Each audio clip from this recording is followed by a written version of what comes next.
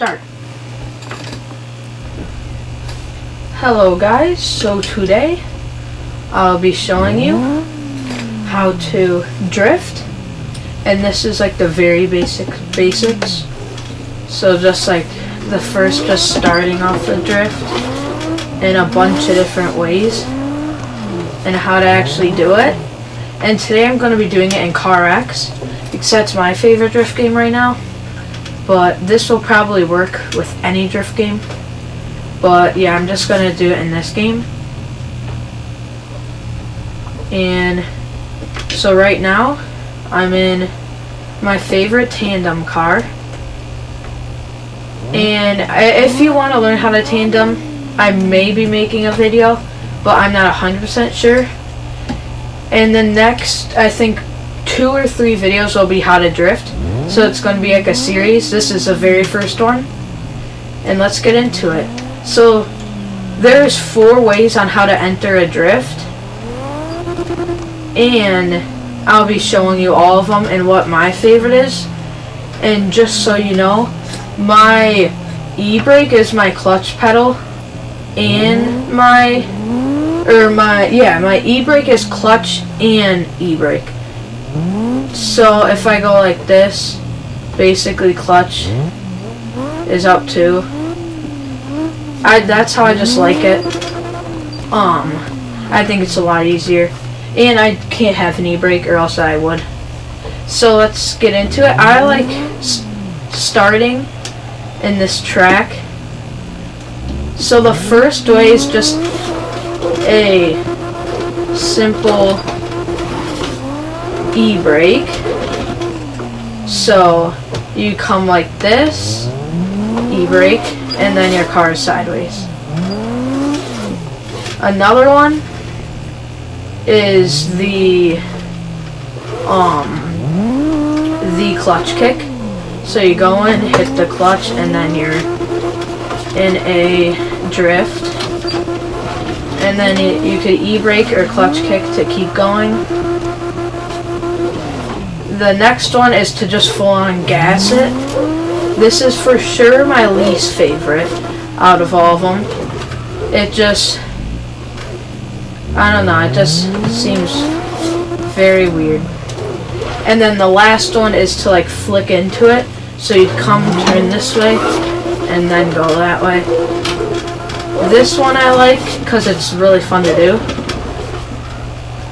And so yeah, those are the 4 ways of doing it.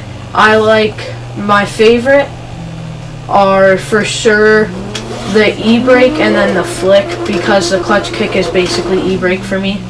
But yeah. And so I think this track is the best place to start. Just because, I don't know, it's super easy. There's not much to crash into. It's just super fun to tandem in. So I like starting in second, going into third, clutch kicking, and then counter steering this way. So in drifting, you'll for sure need to know how to counter steer. But if you have force feedback, that is no problem because it does it right for you. The thing you have to practice on is just catching it. And then the hardest part, I'd for sure say, is at the very end. So you're in the drift, going like this, you're doing pretty good. And then you come like this, and then right here it's hard to catch it. Because you're basically fully turning this way, then the force feedback brings it back, and you have to catch it right in the middle. It isn't that hard, but it's for sure going to take some practice. And I have been drifting for probably like 4 months in every game and like a month or 2 in this game. This game I'd for sure say is probably the easiest to drift in on a sim. And so this lap you could just watch how I do it. So I start, go switch to third, counter steer, I'm very far on the bank. I come like this, hold the e-brake for a little, hold it more, and now I'm in second, so I have more torque. Because if I was in third, I'll show you what would happen if I was in third the whole way. So first you'd have to rev it, but I didn't, so that's not a problem. Right here it's perfect. I am going a little slow, but that's okay. And then I e-brake. I go like this. I'm already kind of struggling. And it's hard to get back up. I guess that wasn't too bad. But second gear is for sure a lot better. And in this game, I'd 100% recommend shifting, even with their paddle shifters. Anything you can, it just makes it a lot easier. And I think this car is a great start to begin with. So, yeah. Start. Okay. And now, I'll be teaching you on how to carry your drift like a super long way. And again, if you have manual and clutch, this is not that hard, especially with this car, because all you really have to do is gas it. But if you gas it with too much angle, you spin out. So you can't have too much angle, but you can't have too much angle and gas, but you can't have not enough, or else you, for example, your car will go like this and then just straighten out, and then especially if you're in third, your car is going 18 in third gear, so you'll have to like clutch kick or do something to get it back in.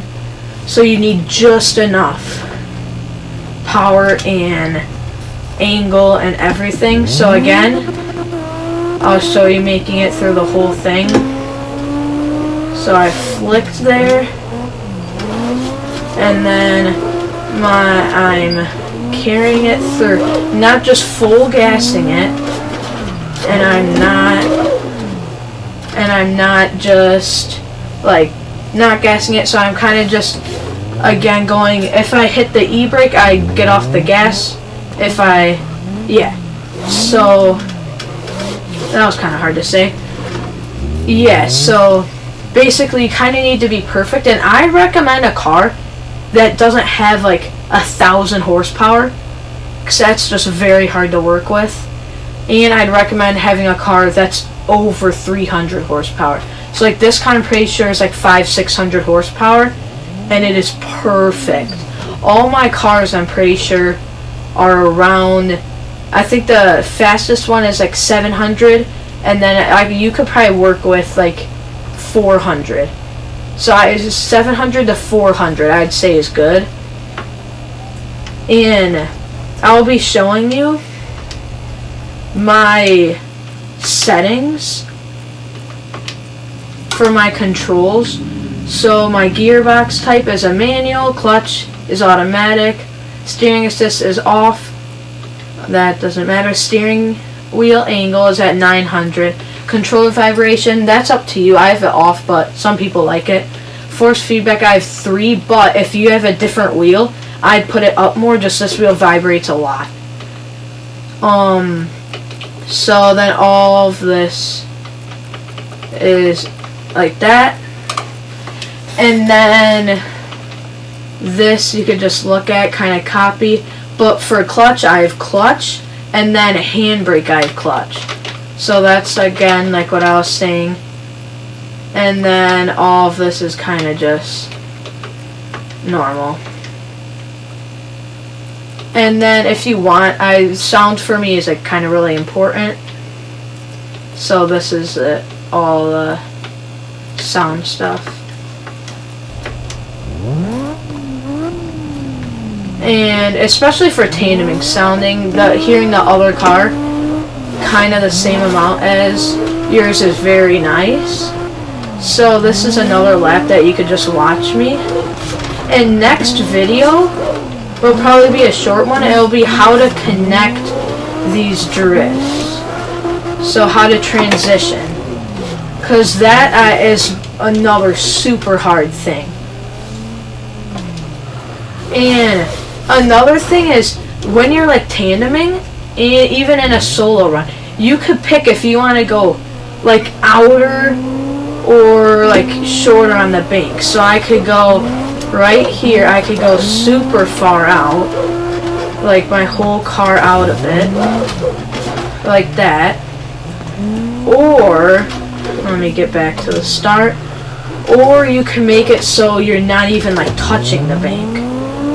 So for example, right here, I'm just kind of chilling, not getting close to the bank. Yeah. So that's also really good for tandeming because you'll need to know their exact line.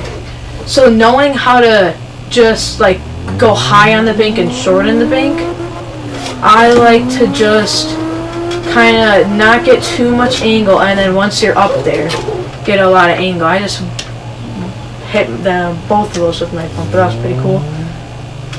But for solo runs, I for sure like going low, but any tandem, I like to go kind of right in the middle. So, kind of right here. That wasn't too good, but like right here. So like that. So where your back bumper is kind of hanging off the edge or line. And if you're starting, I think this track is a super good track to start at, and then go to the bottom because you have so much open room. And then if you want to practice donuts, you could donut around this, which yeah, I need to practice.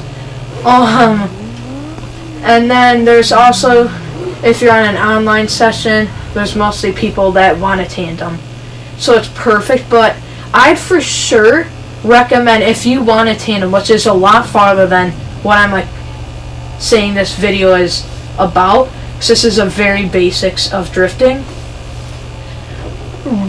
try to get a perfect lap almost every time before you start tandeming. See, like here is going to be a perfect one. Like I went a little far off the bank there, but it's fine. Then here's the transition. So you go like that. And there, I gave it too much angle and too much gas, so I spun out.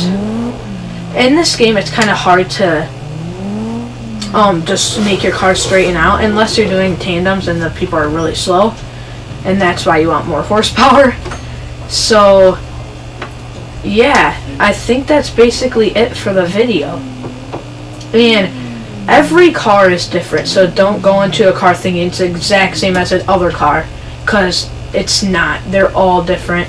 This is my favorite car, and I'd recommend getting this car because it's super good. It's the burner JDM in real life, the Toyota like Chaser. I'm not exactly sure that's it. I'm pretty sure though. I don't know. I'm not really that good with Japanese cars. Well, I like Japanese cars, but I just got into it. That's why I got this game. And yeah, so this video, I hope you enjoyed it, and I'll be making 2 or 3 parts of this. The next one will be how to transition and a little bit on how to tandem. So I hope this video helped you a lot.